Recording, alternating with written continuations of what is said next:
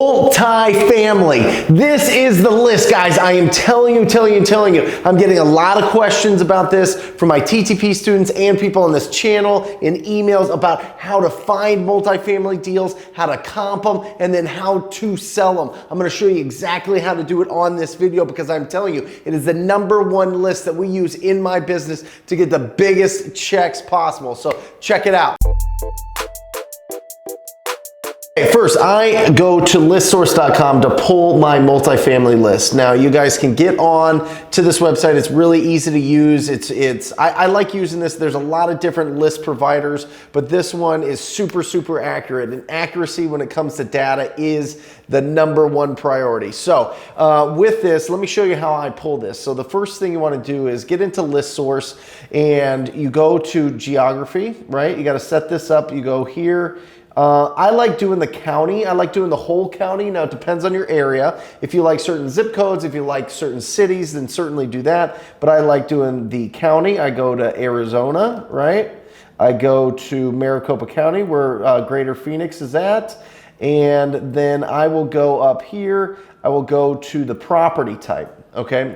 Now, here is the key.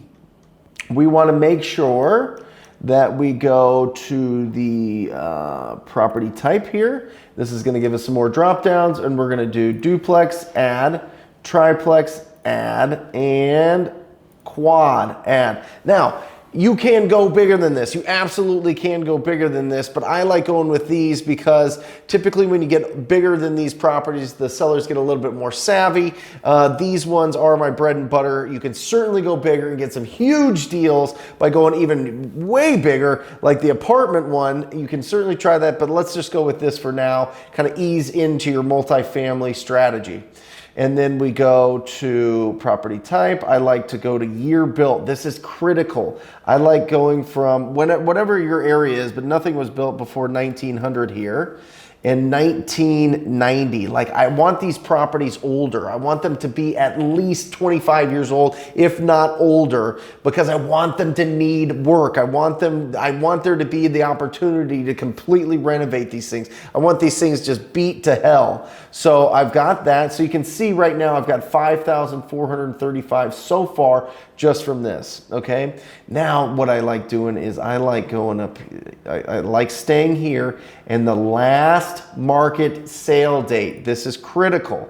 I don't want to buy things that were just bought last month. I want to buy from tired landlords, people that have huge motivation because they've owned it, they've written off the depreciation on their taxes long enough. So I like going from, I mean, you could set this from whenever, like the first of,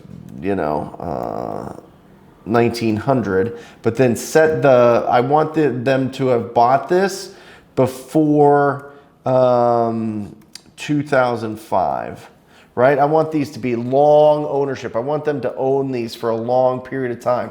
Look at what this did. It gave me 1,848 properties to go after. Boom. And then from there, you just simply purchase the list.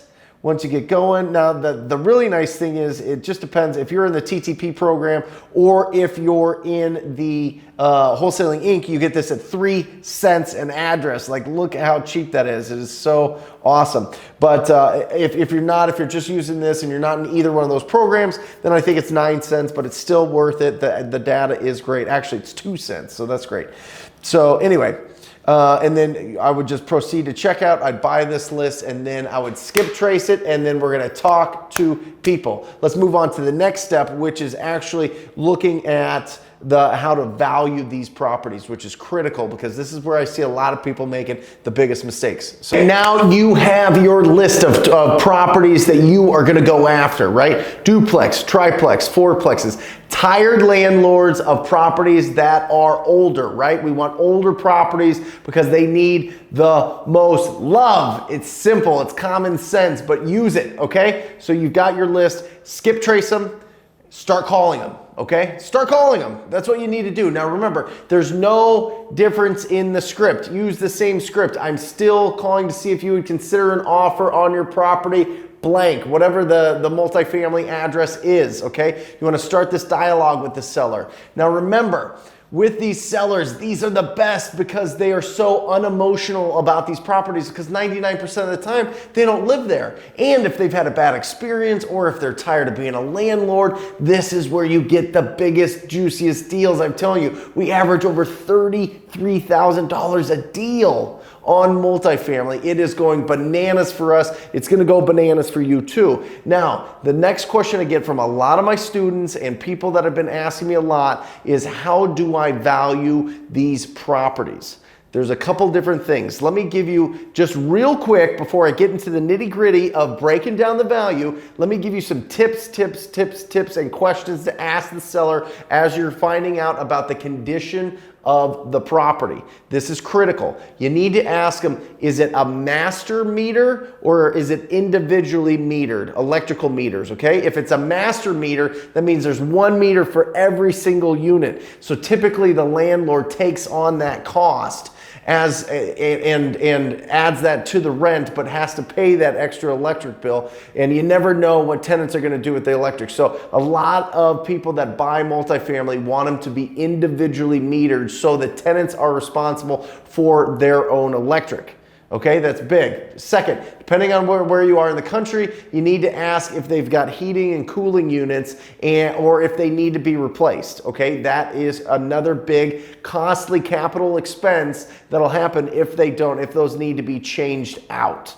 Okay, those are huge. The next thing, this is huge.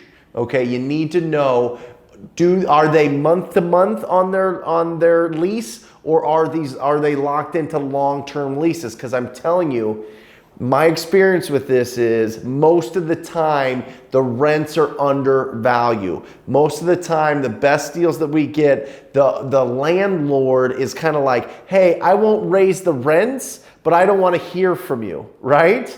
So they keep it way under market value, and the tenants kind of have to fend for themselves when something breaks, type of thing, okay? I'm sure you're familiar with this in your market. So if that is the case, that is great, because they're month to month, and you can, depending on, and you can talk to an attorney in your state, or just find out what you need to, how much notice you need to give a tenant to vacate a property. But here in Phoenix, it's 30 days. You put in the notice, and now you have an empty unit that you can go in and fix it up and really get the best value out of it. Because remember, when you fix up multifamily, you get more in rent. Okay, typically, hopefully, that's the goal. So you get more in rent. So ask those questions. Month to month, is it month to month or long-term lease? Heating and cooling, and is it master metered or individually metered? Next, let's table that. Next, how do we comp this? The best answer I can give to you is this. One, lock them up as low as possible. Brent, what the hell does that mean? That doesn't mean anything. You're not giving me anything here. Well, first, I always say that because I want you to get the price out of them first. Pull that price out of them and see how low that they will go initially, okay? And then from there, you need to talk to your cash buyers and see what they're looking for. Go to investment groups, go to your cash buyer database, and just ask them, what are you paying per door? What are you looking to pay per door in this zip code? What do I mean per door? In a duplex, there's 2 doors. In a triplex, there's 3 front doors. In a fourplex, there's 4 front doors. Okay, what are you paying per door? Typically, they'll have a price, and usually they'll shoot you low, so they'll come up a bit. Second thing is, what they're looking at is a cap rate.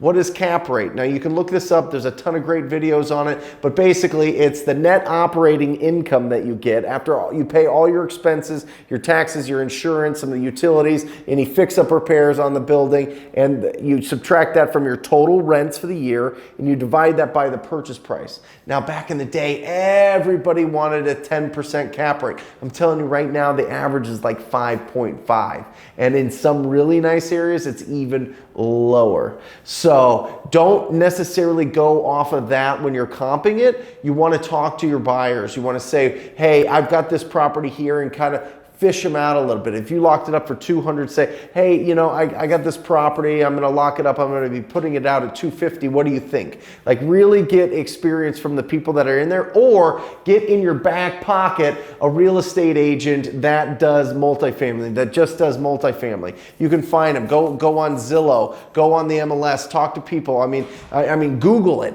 You know, multifamily agent, realtor in my area, and you will find the people that specialize in that and pick their brain, take them to lunch. Really, there's not a really great website like Zillow to like pull up his estimate, and Zillow's estimate on multifamily is way off. Do not trust it. Okay, listen to me. Do not trust it. So you need to talk to your cash buyers. You need to lock them up as low as possible. You need to get a realtor in your back pocket when it comes to these. I'm telling you, if you take these easy steps, big checks are coming your way. You've got the list. You know how to get you can get the numbers from batchskiptracing.com. You can put them into Mojo or mojosells.com, the dialer that we use, or any other dialer, whatever you want to do to call up these people, or even hand dial these people. These are a great first deal. These are a great 300th deal, but you got to add multifamily into your business this year. It is going bananas, and you are going to thank me. You're going to love me for this video. I hope you watch it over and over and over again. If you have questions, put it in the comments. I'll try my best to get back to you, but really, fundamentally, pull the list, talk to those sellers, get deals. Don't overcomplicate it. Remember, this business boils down to one thing: quality conversations with distressed property owners. Focus just on that and you will win. Till next time.